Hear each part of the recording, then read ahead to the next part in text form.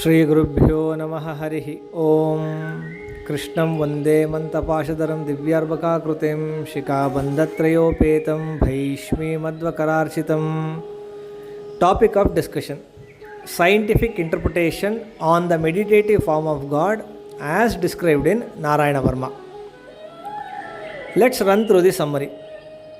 In our previous explanations, story of Brihaspatiacharya was interpreted as innate immunity, Vishwarupa story as adaptive immunity, Dadichi story as bone marrow transplantation, and Nahusha story as complement system.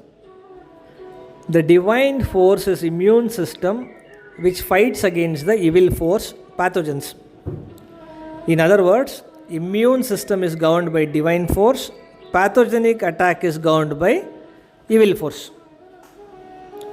With the exit of Brihaspatiacharya, demons gaining upper hand defeats demigods.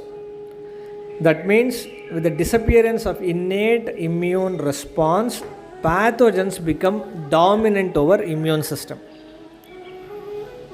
As per the instructions of Lord Brahma, demigods adapt Vishwarupa as their master. Vishwarupa fetches victory to demigods with the help of Narayana Varma.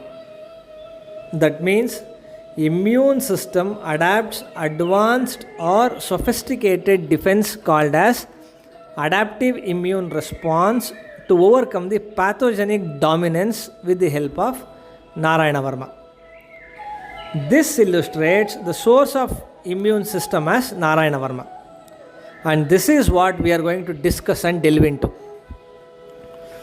Narayana Varma is a part of Vishwarupa story from Srimad Bhagavata Purana, and it has 42 verses.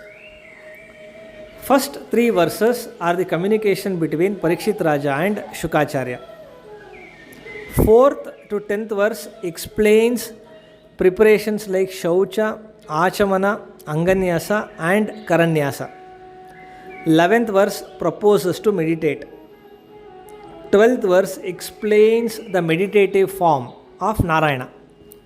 13th to 34th verse is prayer to God seeking His protection from different types of problem, danger, crisis which can arise from various place, form, time, ignorance, overintelligence, arrogance, mocking, evil forces, enemies, poisonous creatures, dangerous animals, planets, prohibited food, sins, fear, etc. 35th to 42nd verse explains fruitfulness. 11th verse emphasizes to recite Narayana Varma by understanding and holding the meditative form in mind. And hence this discussion is exclusively on the 12th verse, which explains the meditative form of Narayana. This meditative form not only portrays the immune response, components and functions of immune system, it also unveils the source of immune system. 12th verse goes like this: Om Harir Vidadhyan Mama Sarvaraksham Nyastangri Padmah Padagendra Prushte Darari Charmasi Gadeshu Chapapashan Dadanoshta Gunoshta Bahu. Meaning of the verse: Let Sri Hari protect me from all sorts of problems. Which Sri Hari? The one who has his lotus feet on the back of eagle, or the one who commutes on eagle. Here eagle represents Veda Puranas. That means Lord Sri Hari is the one who has to be understood from Vedas and Puranas. How will he protect? Holding 8 weapons. Where are the weapons held? In his 8 qualitative arms. Let's see the order of weapons. Dara, Ari, Charma, Asi, Gada, Ishu, Chapa and Pasha.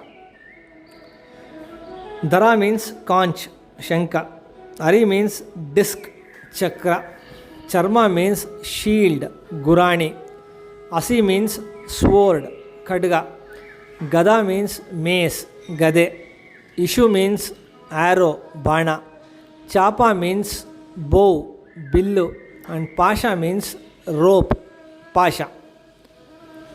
Now we have the meditative form of Lord Narayana holding conch, disc, shield, sword, mace, arrow, bow, and rope in his qualitative arms. First weapon in the meditative form is conch. Conch transforms or converts wind energy to sound energy, and hence conch indicates the sign of transformation. Even though immune system is driven by different types of immune cells, they are all differentiated or transformed from one cell, which is hematopoietic stem cell. We can see the products of hematopoietic stem cell differentiation in the picture. Hematopoietic stem cell differentiates or transforms into two types. First one, common myeloid progenitor. Second, common lymphoid progenitor. Common myeloid progenitor differentiation or transformation gives rise to megakaryocytes, erythrocytes, mast cells, thrombocytes, basophils, neutrophils, eosinophils, monocytes, dendritic cells, macrophages. All these cells are part of innate immune system. Common lymphoid progenitor differentiation gives rise to natural killer cells, T cells and B cells. Among them, natural killer cells fall under innate immune system. T cells and B cells are classified as components of adaptive immunity. The insight of conch as first weapon in the hand of Lord is nothing but the formation of immune system by differentiation or transformation into different kinds of cells using hematopoietic stem cell as first weapon. Second weapon is disc. Disc represents or signifies circulation or recycling. Leukocytes ingress and egress, enter and exit. The circulation for a purpose that often meets a demand-supply equilibrium, either because of an environmental stress like injury or infection, or because aged elements needs to be replaced by new functional ones. The recycling of billions of blood cells produced every hour with removal of the same quantity of cells from the system is must for steady blood state. In blood circulation, the critical parameter of blood cell homeostasis is the number regulation of immune cells. The average count of blood cells in a microliter of healthy being is shown in the picture. 1,50,000 to 3,50,000 platelets, 46 lakhs to 62 lakhs red blood cells, 0 to 3 basophils, 500 or less eosinophils, 2,500 to 7,500 neutrophils, 285 to 800 monocytes, 800 to 3,000 T cells, 100 to 600 B cells.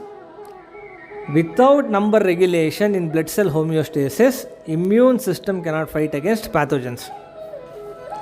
The insight of disc as second weapon in the hand of Lord is nothing but circulation and recycling of immune cells with number regulation for blood cell homeostasis.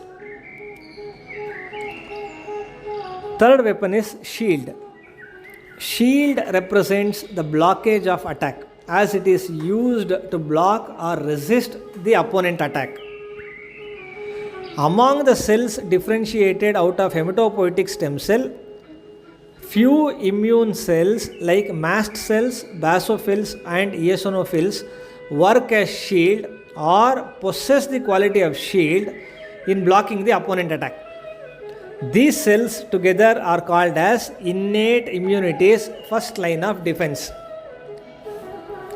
Internally, these cells are found everywhere in the connecting tissues, and externally, these cells are found in places where pathogens take entry like skin, gastrointestinal tract, respiratory epithelium, etc.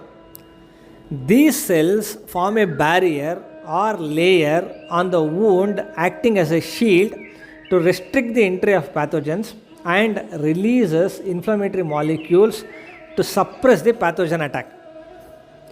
The insight of shield as third weapon in the hand of Lord is nothing but using cells of innate immunity's first line of defense as shield against pathogen attack. Fourth weapon is sword. Sword represents the killing of opponents which are in its physical proximity or which are in its reach.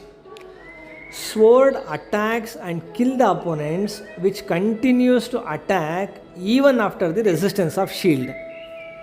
Among the cells differentiated out of hematopoietic stem cell, natural killer cell works as sword or possess the quality of sword in killing the pathogens which are in its close or physical proximity. This defense mechanism is called as innate immunity's second line of defense. Like pierce and cut by sword, natural killer cells with its quick and fast attack creates pores-like abrasion on the pathogens which are in its close proximity. The insight of sword as fourth weapon in the hand of Lord is nothing but using cells of innate immunity's second line of defense as sword against the pathogen attack.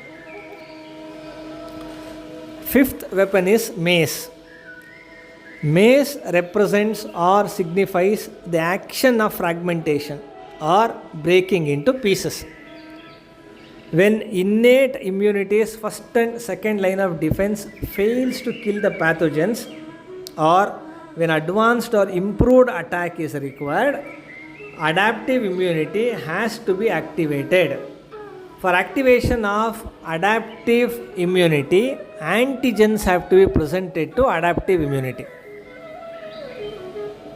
After crossing innate immunity, when the foreign molecule or pathogen encounters immune system for the first time, it is captured by antigen presenting cells like dendritic cells. These dendritic cells carry out antigen processing, and in the process, dendritic cell breaks or fragments the outer cover, shell, outer layer of cell membrane, flagella, fimbriae, toxin, etc., like using mace as a weapon to break the opponent into pieces. Only if the fragmented particles or antigens are presented, adaptive immunity will be activated. The insight of mace as fifth weapon in the hand of Lord is nothing but using antigen presenting cells to fragment or break the pathogen to convert them as antigens. Sixth weapon is arrow. Arrow represents or signifies reaching the set targets to hit and kill by perforation or destruction or neutralization. After antigen presentation, adaptive immunity has to kill two types of pathogens or pathogens at two places. First, intracellular pathogens. Second, extracellular pathogens. Activated antigen specific CD8 cytotoxic T cells reaches the identified or target antigen to perforate the infected cell membrane, killing intracellular pathogens. Activated antigen specific plasma B cells reaches the identified or target antigen to neutralize or destroy the extracellular pathogens. The insight of arrow as sixth weapon in the hand of Lord is nothing but using CD8 cytotoxic T cells and plasma B cells as arrow to reach the target antigen to kill pathogens by perforation or destruction. Seventh weapon is bow. Bow represents or signifies setting target and energizing the arrow. Arrow needs target and energy to kill. Target means identifying good and bad cells. It is one of the important tasks of adaptive immunity. Similar to the function of Bo, CD4 helper T cells identifies and targets the antigen presented with MHC molecules by dendritic cells. And once the target is set, CD4 helper cells activates CD8 cytotoxic cells and plasma B cells to kill intracellular and extracellular pathogens. The insight of Bo as seventh weapon in the hand of Lord is nothing but using CD4 helper T cells as Bo to identify and target antigens presented with MHC molecules and to activate CD8 cytotoxic T cells and plasma B cells. Eighth weapon is binding rope. Binding rope represents or signifies foolproof capturing. To ensure and maintain immune balance, cytotoxic T cells and plasma B cell, which works like arrow, will be removed after eradicating the pathogens using a process called apoptosis. The residual cells after this apoptosis process will be memory cells of CD8, which is memory T cell, and memory cells of plasma B cell, which is memory B cell. These memory T cells and memory B cells captures recurring infection or returning pathogen or antigen more swiftly and effectively than the first response and kill them. The graph gives us the picture of time taken for energizing secondary response against initial response, protective immunity and memory. The insight of binding rope as eighth weapon in the hand of Lord is nothing but using memory T cells and memory B cells to capture and kill the pathogens swiftly and effectively without giving chance for escaping. Immune deficiency leads to pathogenic infections, allergies, sepsis, cancer, and autoimmune diseases like diabetes, arthritis, etc. As per the modern science, the right and befitting stimulus from brain to immune system can activate the immune response. The accessory cells are the cells which work with T cell and B cell for specific immune response, and these cells will have functional membrane receptors for neurotransmitters and neuropeptides. The functional membrane receptor, when activated by neurotransmitters and neuropeptides, leads to changes in immune function, including cell proliferation, immune responses, etc. Dhyana is meditation on the form of Lord with his attributes, and Japa is recital of mantra. The meditation of Narayana Varma along with its Japa can release right and befitting stimulus to activate efficient immune response or can balance the altered immune response. The divine design is eagerly waiting to work for our well-being, and that too at the cost of mere meditation. Now we can estimate how profound our scriptures are. Indeed, it is an eye-opener for us to realize them as profound spiritual science. Understanding the profoundness of spiritual science is not only the essence of philosophy, but also the gift for every individual to perceive God's finest engineering. When most of the thinkers doubted Puranas, assuming it as meaningless, it was Sri Madhvacharya who explained the sanctity of Puranas through citations in his works. In fact, the works of Sri Vedavyasa stands as citation for the entire gamut of science at all times and period, provided we understand them properly. Finally, with prayers to Sri Madhvacharya and his indweller Lord Sri Krishna to bestow the desire and determination to meditate along with ability to learn more divine engineering within us and around us, I am signing off. Thank you. Krishnarpanamastu. Krishnam Vande Jagadgurum.